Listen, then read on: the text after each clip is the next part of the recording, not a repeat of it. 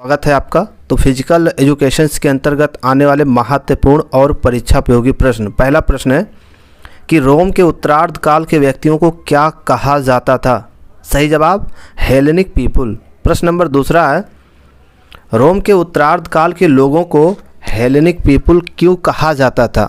सही जवाब यहाँ के लोग लड़कियों और औरतों की शिक्षा पर विशेष ध्यान देते थे इसलिए। प्रश्न नंबर तीसरा रोम के उत्तरार्ध काल में कौन सा मेडिकल स्टूडेंट था जिसने एक्सरसाइज तथा डाइट के बारे में लोगों को बताया? सही जवाब गैलेन। प्रश्न नंबर चौथा रोम के उत्तरार्ध काल में प्राइमरी लेवल के विद्यालय को क्या कहा जाता था? सही जवाब स्कूल ऑफ लिटरेचर। प्रश्न नंबर पाँचवा रोम के उत्तरार्ध काल में सेकेंडरी लेवल के विद्यालय को क्या कहा जाता था? सही जवाब स्कूल ऑफ ग्रामेटिक। प्रश्न नंबर 6 किस रोम के उत्तरार्ध काल में हायर लेवल विद्यालय को क्या कहा जाता था? सही जवाब स्कूल ऑफ रेटर। प्रश्न नंबर 7वां रोम के इस काल में तलवार युद्ध कहाँ होता था? रोम के उत्तरार्ध काल में तलवार युद्ध कहाँ होता था? सही जवाब एम्फी थिएटर्स में। प्रश्न नंबर 8वां थेरेमी एंड बैलेंस कहाँ पाया जाता था? सही जवाब रोम में। प्रश्न नंबर 9 रोम के उत्तरार्ध काल में किस युद्ध के देवता की पूजा की जाती थी? सही जवाब मोर्स। अब प्रश्न है जर्मनी से संबंधित, जर्मनी के इतिहास से संबंधित। प्रश्न नंबर 10वां है जर्मनी में आधुनिक शारीरिक शिक्षा को शिक्षा से संबंधित करते हुए विचार किसने रखे? सही जवाब जॉन बर्नार्ड बेसेडो।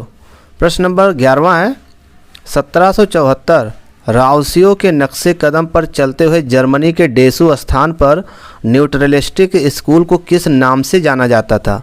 सही जवाब फिलोंथ्रोपियम। प्रश्न नंबर 12वां है जर्मनी में कौन सा पहला शिक्षक था जिसने पूरे स्कूल को 1 घंटा सुबह 2 घंटा दोपहर में विभिन्न खेलों को खिलवाया?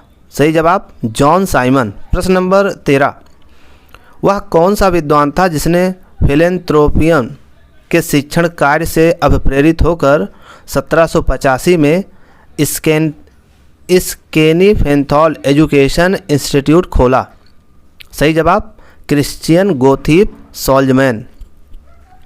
प्रश्न नंबर 5वां है जर्मनी में किस विद्वान को आधुनिक कालीन शिक्षा का पितामह कहा जाता था? सही जवाब जेबी वेसेडो।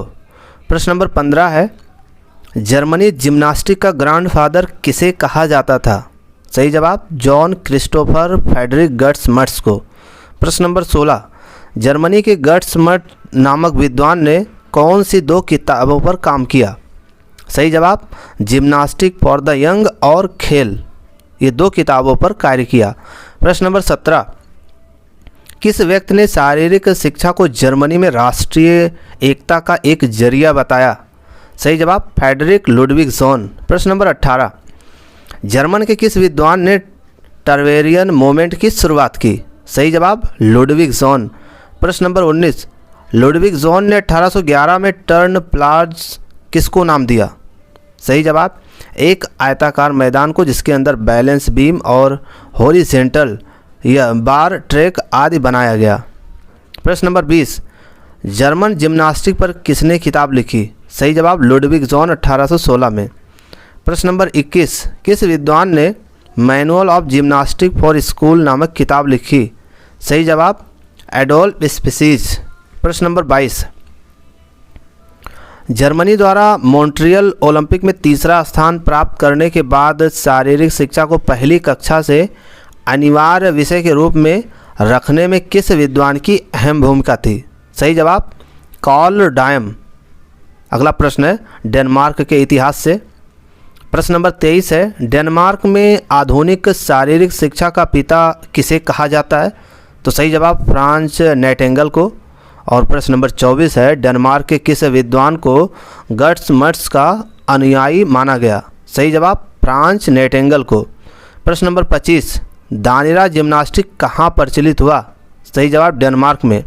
अब बात करते हैं प्रश्न की स्वीडन के इतिहास से। प्रश्न नंबर 26 है स्वीडन में शारीरिक शिक्षा को ऊंचा दर्जा दिए जाने में किस विद्वान का हाथ था? सही जवाब पर हाइनरिक लिंग का।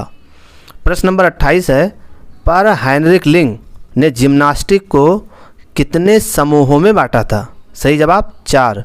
प्रश्न नंबर 28 है, पर हाइनरिक लिंग द्वारा शरीर को मजबूती देने के लिए तथा गलत आसन को रोकने के लिए जो अभ्यास बनाए उनको क्या नाम दिया गया? तो सही जवाब फॉर्म गिविंग मोमेंट।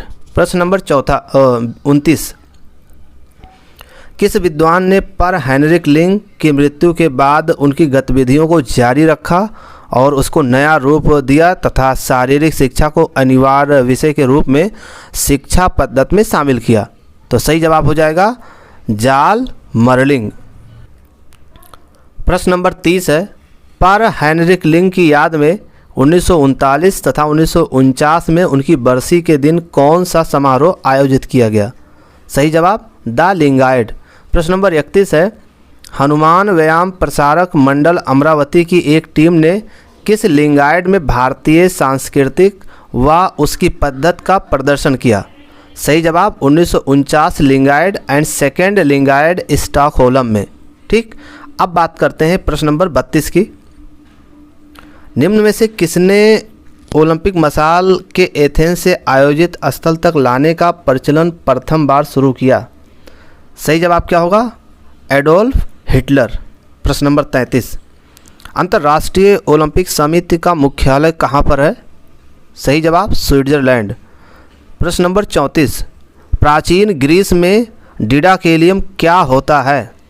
सही जवाब संगीत विद्यालय। प्रश्न नंबर 35, प्राचीन ग्रीस में गॉड ऑफ हीलिंग किसे माना जाता था?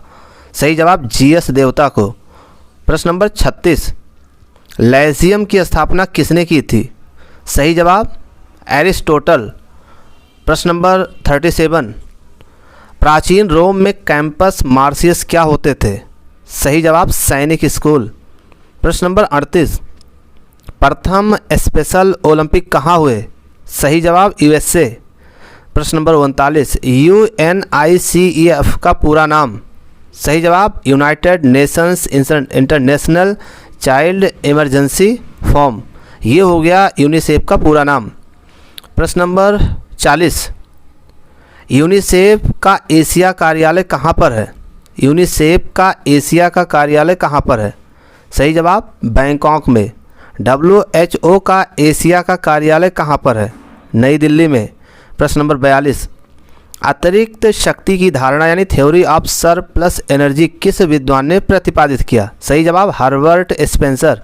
प्रश्न नंबर 43, भविष्यदर्शी धारणा किस विद्वान ने प्रतिपादित किया? सही जवाब कार्ल ग्रोस। प्रश्न नंबर 44, मनोरंजन धारणा किस विद्वान ने दी? सही जवाब Lord Kemps and GNW Patrick. प्रश्न नंबर 45, पुनः अवलोकन अवधारणा किस विद्वान ने दी? सही जवाब स्टेनले हॉल। प्रश्न नंबर 46, मनः विश्लेषक धारणा का प्रतिपादन किसने किया? सही जवाब सिगमंड फ्रायड। प्रश्न नंबर 47, सामाजिक धारणा का सिद्धांत किसने प्रतिपादित किया? सही जवाब एरिस्टोटल यानी अरस्तु। और भी महत्वपूर्ण प्रश्नों पर चर्चा इसके नेक्स्ट वीडियो में। धन्यवाद।